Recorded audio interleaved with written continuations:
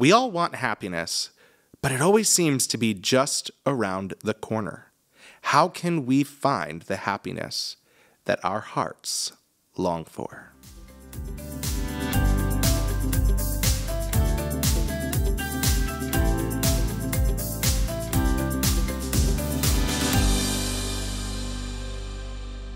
Hey, this is Living the Message, where we discuss how the message of Christ might dwell among us richly.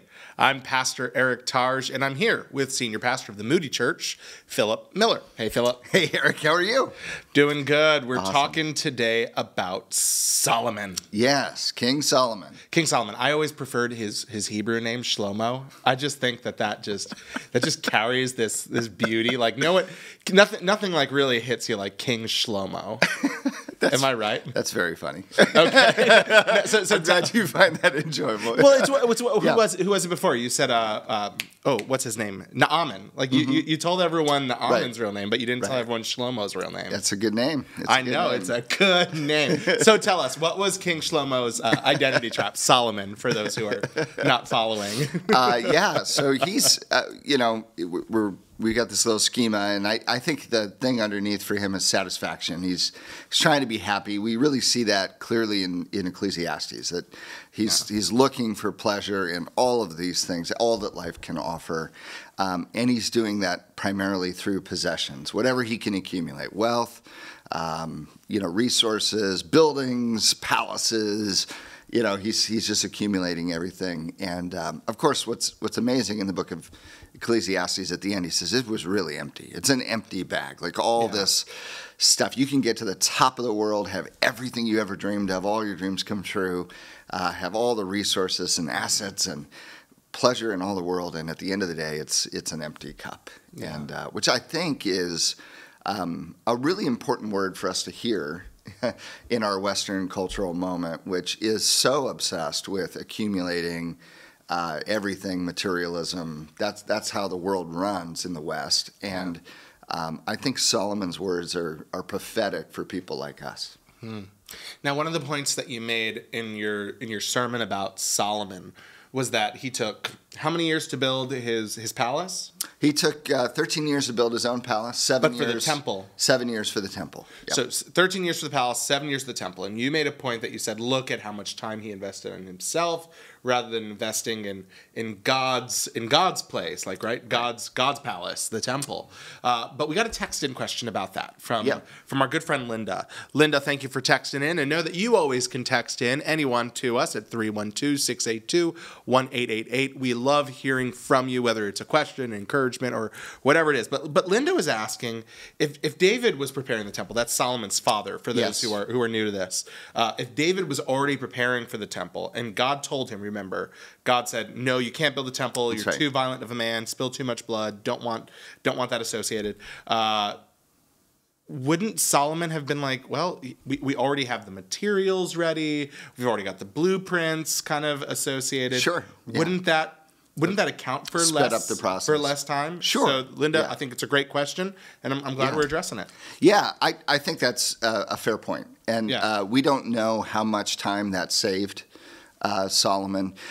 So I think it is fair. I think he had a little bit of a jump start when it came to the temple. So I think that's to some extent fair. However, where this line falls in the development of the text, it's right before God warns Solomon about his heart. Like, if you don't stay faithful to me, if you don't, I'll bless this temple, I'll bless all of us. He doesn't say anything about the palace, by the way. God doesn't. He talks about the temple and how he'll bless that.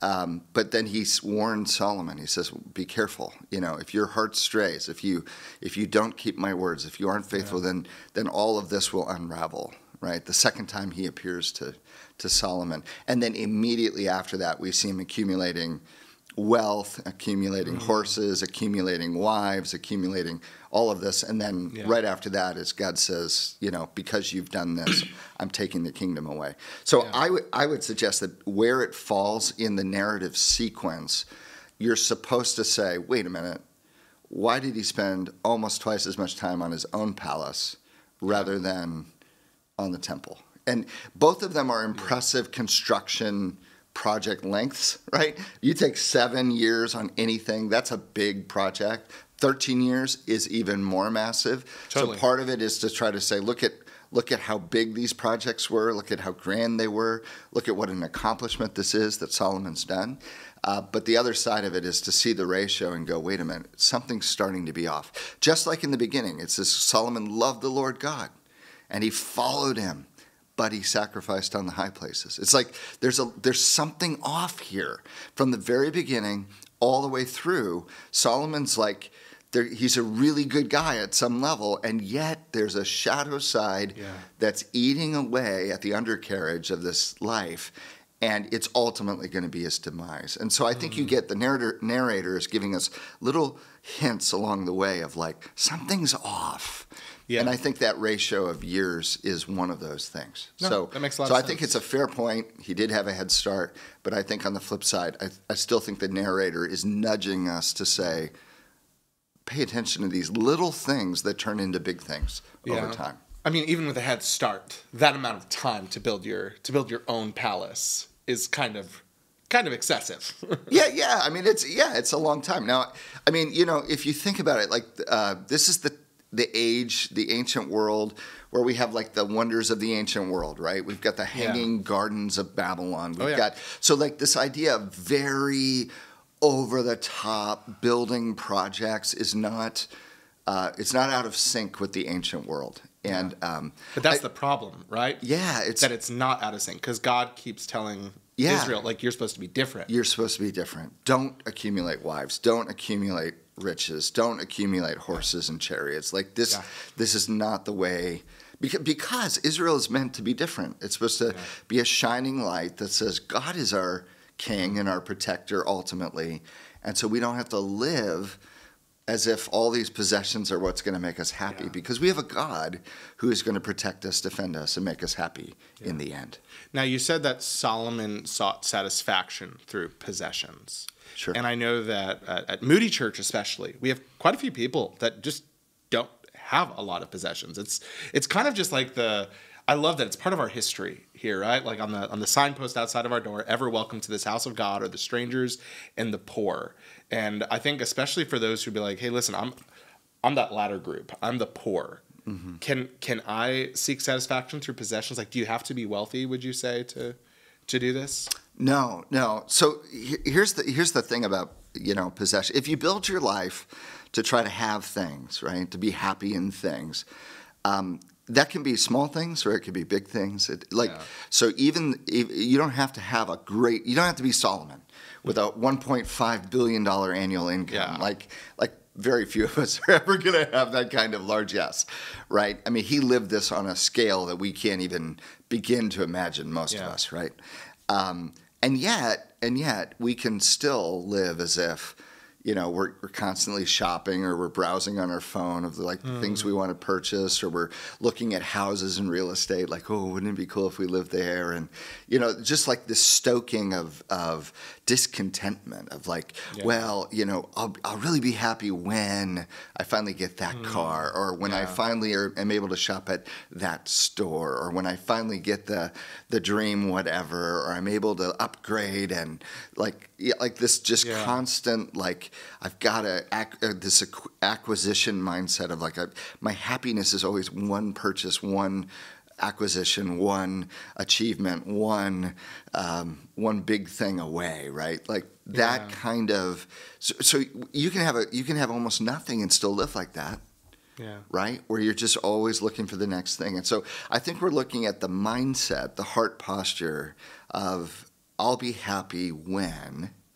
And if whatever that when is, if that's a thing or an object or a purchase or an acquisition, if it's something else, I've got to get that and then I'll be happy. I think that mindset is what we're talking about here. It's that deep desire to satisfy our souls with stuff, right? Yeah.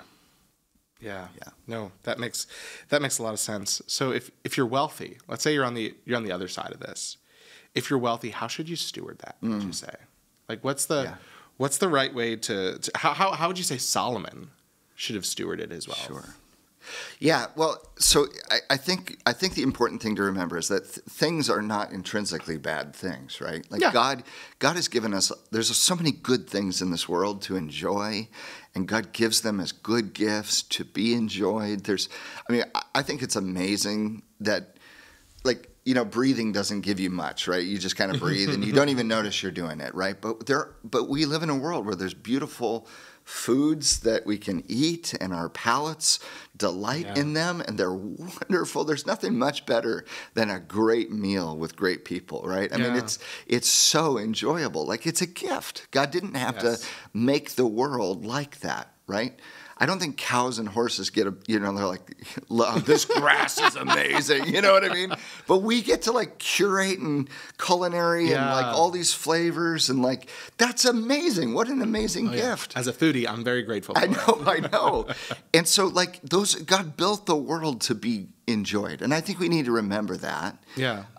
What happens, though, is we take this gift that God gave, in which he's poured a little bit of himself. The giver has given himself in the gift. And so that's why we pray at meals. We're recognizing this is a beautiful gift that God gave me, and I want to commune with him in gratitude with joy over this beautiful thing that he's given me, right? Yeah. And in that sense, it serves its purpose. It's a good gift I'm enjoying in fellowship with my Father, and that's how it's supposed to be. Yeah, but we would say that Solomon Solomon, if he just would have thanked God for all those things, that would not have been enough still, right? Well, I don't know. Here, let me finish my train here, and then we can get to that. So if that's how it's supposed to work, where it goes wrong, Eric, is when we decide this thing itself, in and of itself, is the thing that's going to make me happy, not as a means to point me to the end, which is who God is, not a gift that points me to the giver, but I'm going to actually just try to find happiness in the gift itself, apart from God, divorce it from God.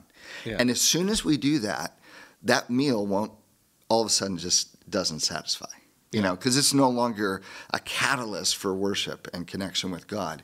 It's now just a meal that's really good, but it's not going to feed your soul. Yeah. You know what I mean?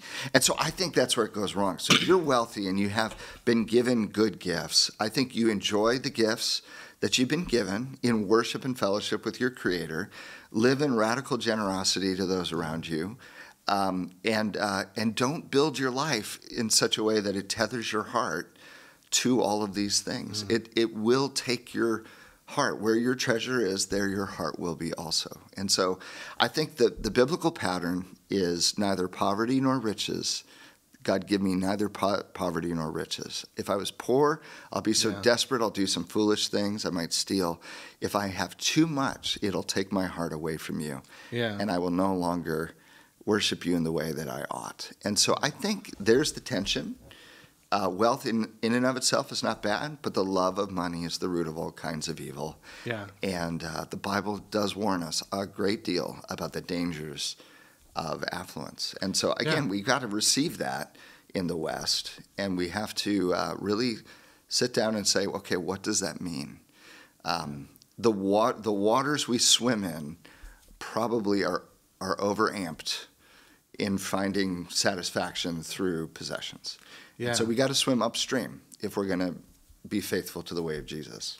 Yeah, I mean, I think it's interesting that in Scripture, one of the things that we see is that God always, like when it comes between the wealthy and the poor, he always sides with the poor, right? Like there isn't this, I can't think of a blessing on the wealthy despite the health and wealth prosperity things. Like there are times where God blesses people with wealth, right? Like, so God takes all of the wealth away from Job, but he doesn't say, hey, it's better to be poor. No, he actually gives him more than he had in the beginning, which shows that God is not allergic to wealth. He doesn't hate wealth, but rather like his heart. Yeah, the Psalms say a righteous man leaves an inheritance to his children. So that, there isn't a sense in which the wealth is intrinsically bad. Yeah, but it's how you steward it. That's right. Because Solomon didn't steward it well. It became about him. It became about aggrandizing his image. It became about pleasurable ways to try to be happy. Yeah.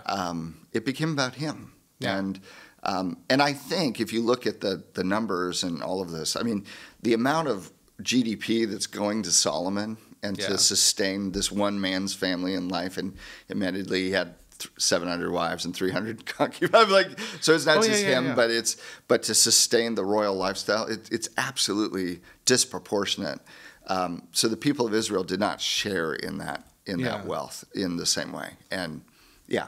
So I'd love just to talk for a moment to the wealthy businessman, the wealthy lawyer, the wealthy whatever who's listening, business women, lawyer women, all that stuff, right? Men and women. I just know it sounded a little gendered there. But I want to talk to the wealthy people that are listening or watching this podcast, because I think it's important maybe that we give them a little bit of guidance on how to avoid that Solomon trap. Like last night, I was reading about Henry Parsons Kroll, who, if anyone knows about Moody Bible Institute, the institution down the street, there's actually a 12-story building named after him.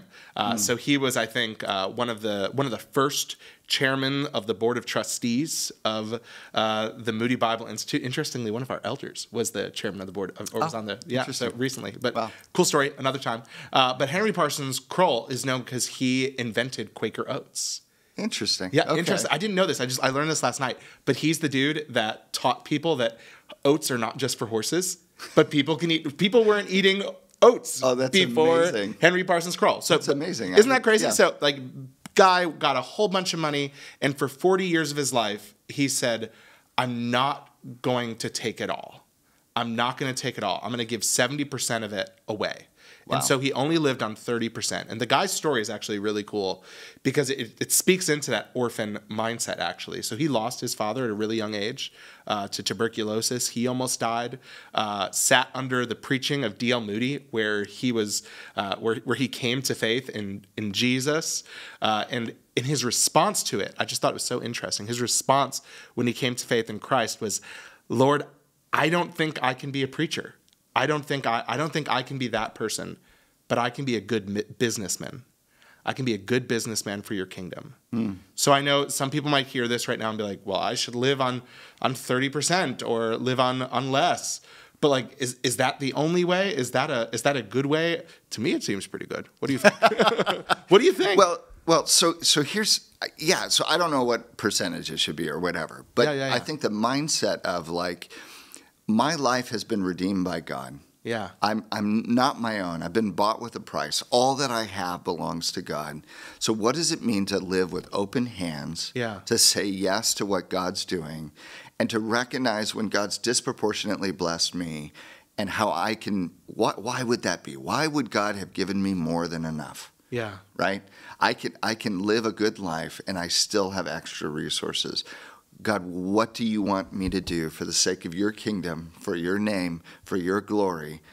How do I live with open hands and steward this, not just for myself, but for the sake of the kingdom?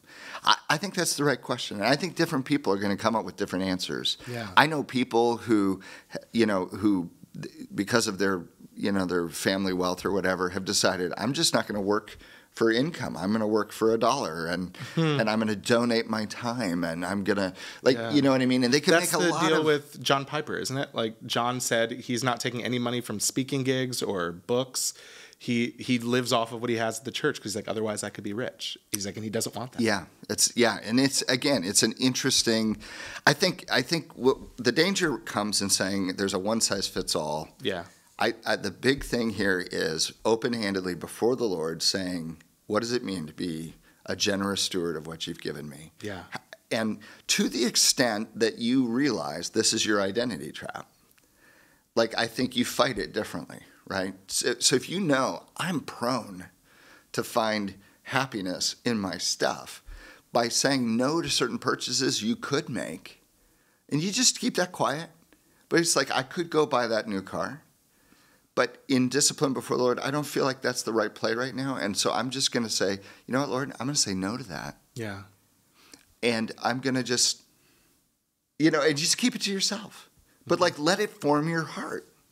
Let it shape you in a contentedness that allows you to like embrace the godliness that you have in Christ. Like, let him be your treasure, more important than that vehicle or whatever. You see what I'm saying? Yeah. And so use it as a spiritual discipline. Like, let it start to work on you. The reality is we're all way wealthy on the world scale. I mean, we really are. We're all in the top 15% of the global wealth. Yeah. Every one of us, even the poorest person, we're really well off. And so this is really something we all have to wrestle with. And so, I think it's a real important thing. Jesus would say you can't serve two masters. Mm-hmm. You're gonna love God or you're gonna love money. You're gonna serve one or the other. And so, which one will it be? Yeah. What a good word. What a good word. So, one of the things that I think we see in this thing in this section is that Solomon isn't just making possessions of typical things we call possessions, right?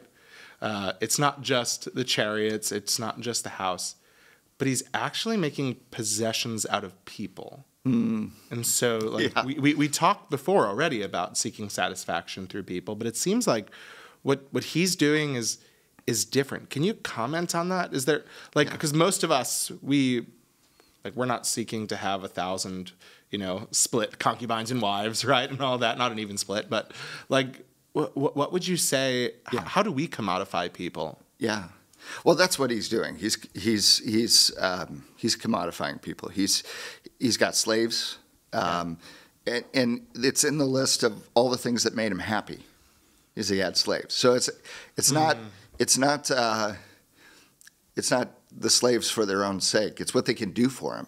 It's all the luxury that came with that lifestyle, right? He had people that ironed his clothes and did his laundry and made his bed and cleaned up after him and everywhere he went, he had a curated, bespoke life because this was all set up for him. Yeah. He had this raft of slaves that were working for him, right? Mm-hmm. And the same thing with the wives and the concubines. You can't be married to 700 women, and it's impossible. It's bragging rights. It's look how great I am. I've got a whole wing of women waiting on me, and I've got all these it's political alliance. It's using people. It's using people. Back in the ancient world, this is how you. If you married the king's daughter of another nation, it probably meant he wasn't going to attack you, because his daughter's like a hostage now, right? So, totally. So in many ways, that the giving and exchanging of wives was. This was a way of using people. Yeah, and we know from Song of Solomon, he's a very romantic guy, but at the same time, it's not very romantic to have 700 women that call you husband, right? So there's a whole lot of using people for his own ends, and I think we can do that, to this day, to the extent that we view relationships of how useful they are to us. Yeah. These people are useful to me. Their contacts, their the things they provide, the services they can give me, and as soon as they don't provide those services or they're not valuable to me or whatever, I can just cut them out and not deal with them and just kind of shove them away. That kind of utility. It's devaluing to the image of God that is on every human life. And Solomon's not treating these women or these slaves, he's not treating them as image bearers. He's treating them as, objects who can come along and serve his greatness and serve at his pleasure. And it's another example of sort of the toxic spin he's in. Yeah. As he gets further and further away from God, it's starting to have effects in the way that he's treating other people around him. So not only is wealth grabbing a hold of him, he's now acting in devaluing, desecrating ways toward the image of God in others. So, it's not a happy scene. So I think a lot of people probably, in just listening to this conversation, would say, "Ooh, that's where I see it." Right? Maybe they see it in their wealth. Maybe they see it in their poverty. Maybe they see it in their use of people, taking advantage of people and commodifying them, like we talked about. How do you think the gospel helps people out of this? How do you get out of this trap? This is the last trap we're looking at, right? Right. So how do you get out of it? Yeah. So I think you need a greater treasure. Right? So your soul longs for satisfaction. It longs to have something durable and real and bring happiness, satisfaction, life, and joy into into your soul, right? That was put there by God to point you to him. The problem is we've attached that to the wrong thing.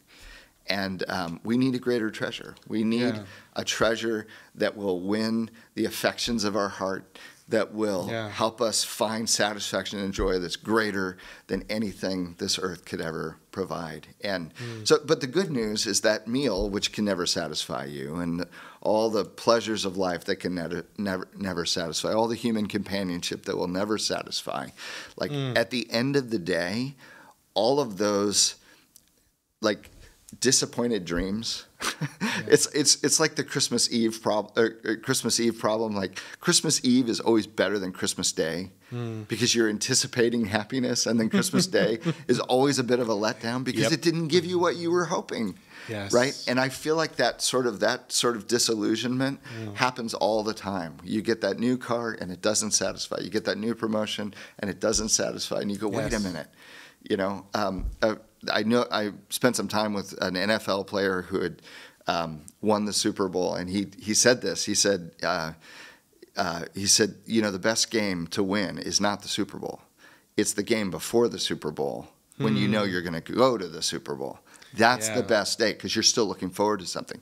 He said the worst game is when you win the Super Bowl and all the confetti lands and the party's over and you're still the same person you were the day before. Like, and you're actually not happy. He's like, you spend your whole life dreaming of this day, and then you realize it's an empty bag. That's a scary moment. Of course. Yeah. But if we can learn to see those empty moments and go, it's because I'm made for more. I'm made for a joy that will be unending. I'm made for a satisfaction that will go all the way down. I'm made for the divine presence of God. And in his presence is fullness of joy. At his right hand are pleasures forevermore. That is the one I'm made for. And take that disappointment and turn it into a spiritual exercise that points you into the heart of God. You say, be my treasure. Father, forgive me for looking to all this stuff to make me happy when I was made for you. Help me to run to you, right? And then to the extent that you're tempted to go find happiness in all this other stuff, just recognize, like, that's a sign that you're malnourished spiritually. Like, when I'm tempted the most to find happiness in all the wrong things, it's because I've been neglecting my Father. Yeah. I haven't been drinking deeply in relationship with him to satisfy my soul. That's why every cheap imitation looks that's how it works, right? And so to just recognize, like, this is an opportunity to actually transfer my affections and my longings to the one who will truly satisfy forever. I love that line that you need a greater treasure. It reminds me of a really good book that I'd highly recommend to people by James K.A. Smith, where he says, you are what you love. You are what you love. It's like, and so just recognizing that we need a greater love. We need to worship something greater. Well, if you enjoyed this conversation, we want to encourage you to check out the message that went along with it. If you have questions or comments, please send them to us at livingthemessage@moodychurch.org or at our text message at 312-682-1888. We truly hope that you were encouraged, equipped, and enabled to now go and live the message.